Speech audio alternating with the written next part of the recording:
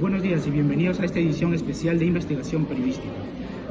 ¿Qué sucede cuando una comunidad entera es despojada de sus condiciones humanas debido al miedo generalizado y el olvido absoluto de sus instituciones?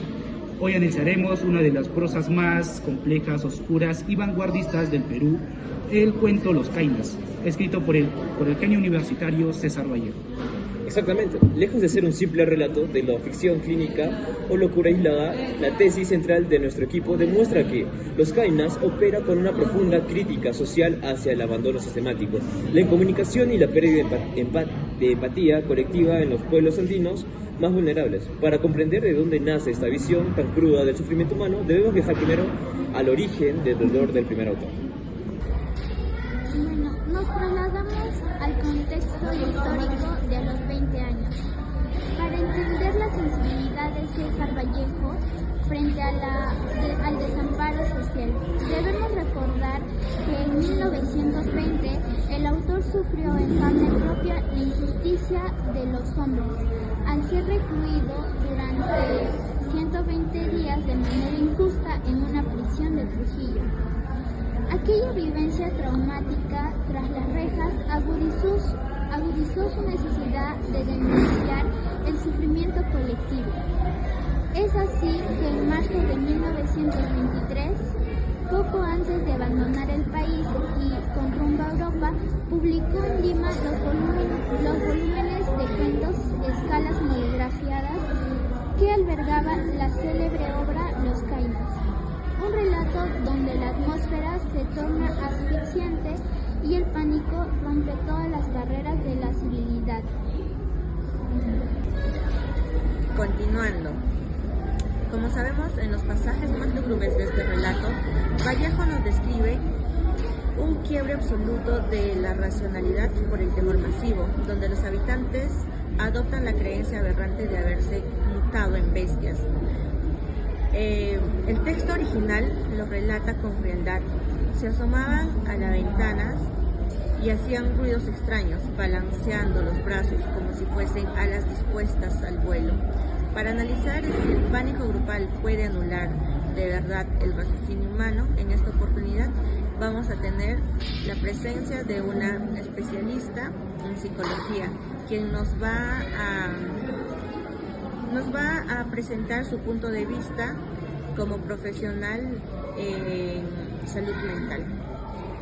Profesora, el día de hoy tenemos la presencia de la licenciada Nayeli Lugo Pérez, quien es una profesional en psicología, que viene trabajando ha venido trabajando ya en instituciones y de salud mental y apoyo. Y bueno, vamos a darle el pase para que la licenciada se pueda presentar. Adelante, por favor. Buenas tardes, Guadalupe. En primer lugar, agradecerte por la invitación y comentarles, ¿no?, que soy licenciada en psicología. Actualmente estoy trabajando en un hospital, en el Hospital de Carhuaz. Anteriormente he trabajado en las instituciones educativas y, como ya lo mencionaste, y también en un centro de salud mental comunitario, también que se encuentra en Carhuaz. Ok, muy bien. Bien, la entrevista del día de hoy es para que usted nos pueda dar el punto de vista profesional, ya que la narrativa de Vallejo, con referencia al cuento de los Cainas, viene tomando bastante importancia y bastante discrepancia también con el tema del comportamiento humano, ¿no? Tenemos mucho déficit, cómo se ha venido trabajando se ha venido trabajando el comportamiento de las personas a través de los años, ¿no? Y por esta razón, nosotros queremos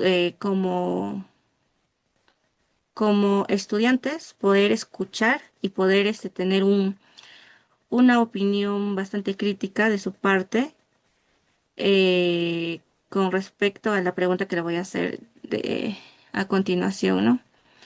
Quisiera que usted me diga cómo explica la psicología moderna el impacto del miedo continuo e incontrolable sobre el comportamiento colectivo y el juicio crítico de una población. Claro, todo esto tomando en cuenta con la experiencia que usted tiene hasta el día de hoy. Ya, bien, Guadalupe, te comento, mira, la psicología moderna nos explica que el miedo constante puede influir mucho en el comportamiento colectivo, porque las personas hoy en día buscamos seguridad y muchas veces tendemos a imitar las creencias y conductas que puede tener cierto grupo o comunidad al que tú pertenezcas. Y cuando una comunidad vive una situación de angustia que es permanente, puede aparecer la sugestión colectiva, donde una idea o temor se transmite entre los miembros de este grupo, ¿no? Afectando así la manera en la que piensan, también afectando la manera en la que actúan. Y esto puede debilitar el pensamiento crítico de nosotros, ¿no? Haciendo que las personas acepten estas creencias sin preguntarse el por qué y sin cuestionarlas, y que la percepción de la realidad llegue a distorsionarse, tal y como ocurre en esta narrativa que me mencionas, ¿no? La de Vallejo. Además, desde una perspectiva desde la psicología social, se entiende esto o se entiende que el miedo puede generar fenómenos como por ejemplo la presión social. Em, Asimismo, también se da la pérdida de la individualidad, ¿no? O sea, muchas veces las personas dejan de ver por sí mismo y con tal de adaptarse a cierto grupo, ellos pierden su esencia, se podría decir, ¿no? Y las personas dejan de analizar por sí mismas y adoptan estas ideas que predominan en la comunidad o en el grupo o donde desee pertenecer. Asimismo, la incertidad y la falta de una explicación clara puede hacer que esa creencia irracional que ahora nosotros podemos creer que es irracional, parezca que es verdadera y que sí, y que ya que es compartida por muchos, o sea, llegamos a aceptar esas creencias o esos comportamientos que quizá por el momento vemos o pensamos que está mal, ¿no? O que a ojos de los demás está mal, pero por pertenecer a ese grupo para mí puede llegar a parecerme que está correcto lo que voy a hacer, ¿no? Y tal como dice en la obra de Vallejo, se muestra, o lo que he leído es que se muestra como una sociedad dominada y que esta sociedad, por el temor, pierde la capacidad de cuestionarse o de cuestionar esa realidad. Y es así como la locura quizá puede confundirse con la normalidad. Y cuando todo un grupo piensa así de la misma manera, pues creemos que lo correcto es lo incorrecto, ¿no? Y que lo incorrecto está bien, la manera en la que estamos actuando. Este, quizá esta narrativa la podemos comparar bueno, con la experiencia que estoy llevando. Más o menos te comento, ¿no? En el lugar donde estaba trabajando en el centro de salud mental, que es el comunitario de Carhuaz, hay casos que son fuertes, ¿no? Hay casos de mujeres violentadas, hay casos incluso de alcoholismo, entre otros casos más. Y pues, por ejemplo, una persona que es alcohólica muchas veces llega al centro de salud pensando que es correcto lo que hace, ¿no? Que en la mente o en el grupo o la gente con la que se rodea pues tiene esas mismas costumbres. Y por el temor de que se sienta rechazado o de que quizá no va o siente, ¿no? que otras personas no la van a aceptar, termina aceptando que ese comportamiento de beber es correcto. Asimismo, hay mujeres, por ejemplo, que son golpeadas por sus parejas, que muchas veces desisten de seguir llevando un tratamiento, desisten de seguir llevando la terapia. ¿Por qué? Porque muchas veces, al ser un lugar donde hay mucha gente de condición humilde, pues hay mamás, abuelitas que piensan que uno tiene que soportar tanto al varón o al esposo porque así, antiguamente era así. Y pues ellas están fomentando eso en las señoritas, en las mujeres que son de edad, que tienen una edad temprana y pues terminan desistiendo, ¿no? De llevar esa terapia solamente porque están rodeadas de ese tipo de gente. A ojo de nosotros, o sea, de ustedes, eso está mal, pero para ellas eso es lo correcto. Lo correcto es seguir con el marido, a pesar que la golpea, a pesar que no le dé una vida buena, para ellas está bien.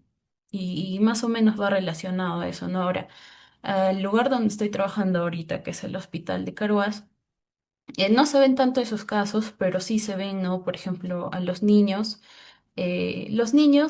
son como una esponjita. Van absorbiendo todo lo que los papás hacen, porque los papás son los seres que están con ellos, que siempre van a ver por ellos y que desde un principio los están criando. Entonces ellos van adoptando cada manera, o cada comportamiento que tienen los padres. Para ellos, para un hijo, lo que hace sus papás es lo correcto, ¿no? Y creo que todos pensamos así, que lo que mi papá hace es lo correcto. Y si los papás son padres agresivos, padres que entre ellos discuten delante del menor, el menor muchas veces adopta ese comportamiento. También tiene un comportamiento agresivo, ya sea en el colegio, en el jardín. Y si en casa, pues mamá consigue las cosas gritando al papá o viceversa, entonces él cree que en el colegio también va a ser lo mismo, que si no es escuchado, va a tener que gritar, va a tener que ser agresivo, con sus compañeros. No, o sea, en el pensamiento del niño también, o sea, cree que es la manera correcta, ¿no? ¿Por qué? Porque los papás están enseñando eso. No solo eso afecta de distintas maneras, también hay niños sumisos, que muchas veces los papás terminan pagando con el hijo, ¿no? Las cosas, algo malo que le sucede a los papás. Entonces los niños terminan también siendo afectados. Muchas veces ellos se sienten culpables de cómo los papás se comportan, entonces tienden a ser sumisos y de esa manera, pues, ¿no? Continuamos informando. Tal como detalla nuestro asistente de investigación, el especialista internacional José sostiene que los primeros en esta obra de Vallejo están conectados directamente con las dinámicas de poder, la marginalidad, el abandono socioeconómico de las mujeres sobrinas, la enfermedad, por lo tanto, funciona como metáfora de un trauma colectivo nacido de la segregación. Efectivamente, compañeros, el relato documentado documenta un distanciamiento destructivo cuando dicta nadie extiende la mano hoy en día al vecino. Las puertas se cerraron con cerrojo de hierro y el silencio se volvió el único habitante de las calles.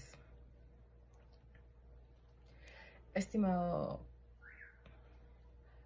especialista, ¿de qué manera la extrema precariedad material y la ausencia de un respaldo ético externo por parte del Estado empuja a los seres humanos para romper la solidaridad y refugiarse en el egoísmo, a la sospecha mutua para sobrevivir?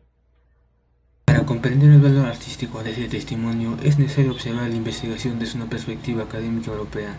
El destacado especialista Stephen Hart argumentaba que la reacción colectiva hacia la animaldad en los Kainas funcionaba como una manifestación psicológica del trauma histórico en la zona andina, bajo el peso de la exclusión institucional. Para cerrar este recorrido interpretativo, nos enlazamos con nuestro último punto de entrevista.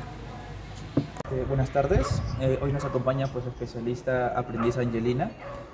Bueno, para concluir mi análisis, lo cual es mi investigación del poema de los Kainas, lo cual es de César Vallejo, pues quizás una breve pregunta. ¿Cómo se consolida esta transformación de los personajes en bestias como una legítima herramienta de protesta frente a una sociedad civil indiferente?